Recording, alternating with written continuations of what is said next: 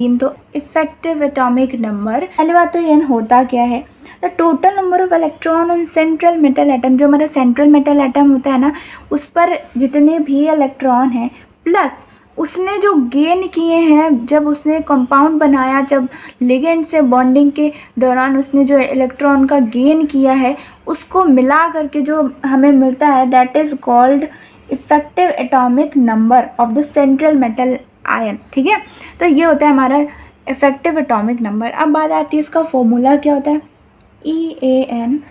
ठीक है, तो यहाँ पर लिखेंगे हम सबसे पहले atomic number of central metal atom plus, sorry यहाँ पर आएगा माइनस ऑक्सीडेशन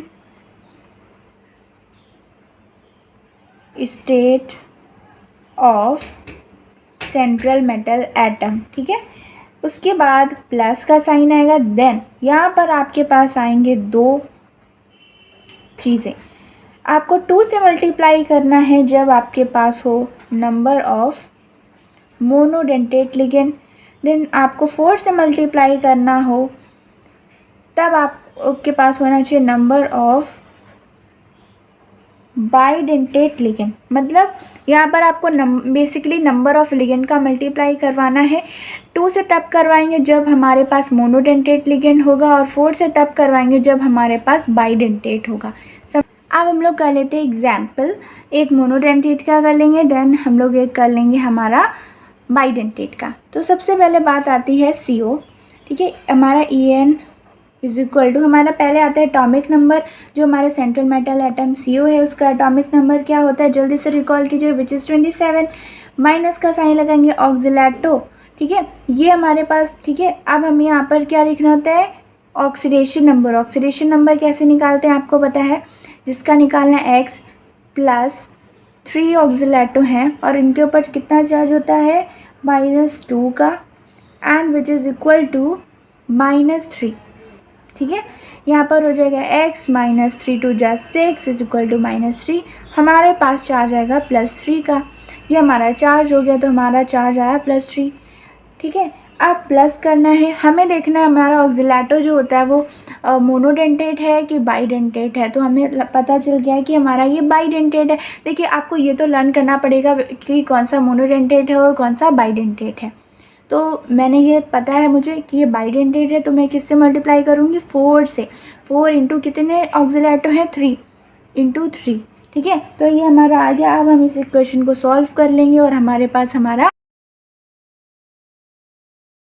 अब आप सोच रहे होंगे कि मैंने आपको ये नहीं दिखाया साइड में, कि ये जो होता है, ये साइड में मैंने इसलिए लिखा था कि ये हमारे इनर्ट गैसेस हैं, इनके नंबर्स हैं, जैसे कि 18 36 54 86। ठीक है, तो ये नंबर अगर हमारा EN सॉल्व करने पर आते हैं, ठीक है, तो वो हमारा क्या फॉलो करता है, EAN रूल फॉलो कर रहा है वो कंपाउंड। ठीक है, तो ये हमारा क्रिप्टॉन का है, तो ये वाला क्या कर रहा है, फॉलो EAN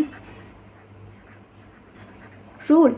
ठीक है, और जिसका अगर फॉर एग्जांपल 35 आ जाता तो हम क्या बोलते हैं, ये EAN रूल फॉलो नहीं कर रहा है, या कुछ और नंबर आ जाता तो हम लिखते हैं this do not follow EAN rule. ठीक है, अब जल्दी से ये कर लेते हैं, EAN which is equal to CO का क्या होता है 27, इसका भी ऑक्सीडेशन स्टेट निकालेंगे तो क्या हो जाएगा X, H2O का 0 होता है तो यहाँ पर 0 ही आ जाएगा, मल्टीप्लाई बाय 6 इक्वल टू +3, तो हमारा आ जाएगा +3।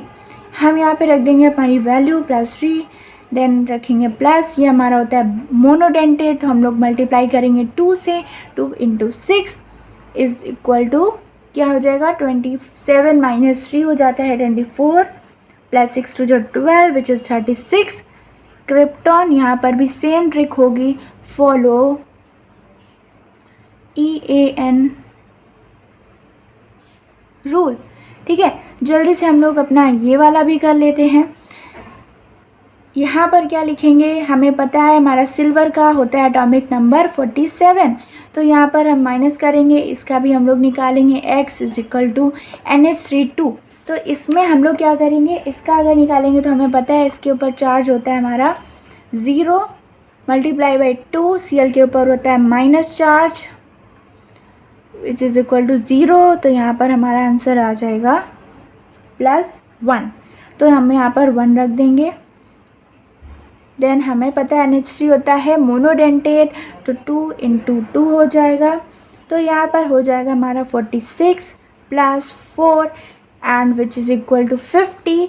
तो ये यहाँ पर 50 आया, ये कोई भी इनर्ट गैस का एटॉमिक नंबर नहीं है। तो हम लोग लिखेंगे this do not follow EAN rule. तो आई होप कि आपको समझ में आ गया है कि EAN रूल क्या होता है, इफेक्टिव एटॉमिक नंबर। बहुत इजी टॉपिक है, आप ऐसे ही बहुत सारे एग्जांपल्स का निकाल सकते हैं। मैं आपको अभी एग्जांपल्स दे देती हूँ। तो ये रहे कुछ क्वेश्चंस, आप ये करिए और मुझे कमेंट सेक्शन में इनके आंसर बताइएगा। मैं आपको बताऊँगी आपका आंसर सही है कि नहीं सही है। Do practice and practice because practice will make you perfect.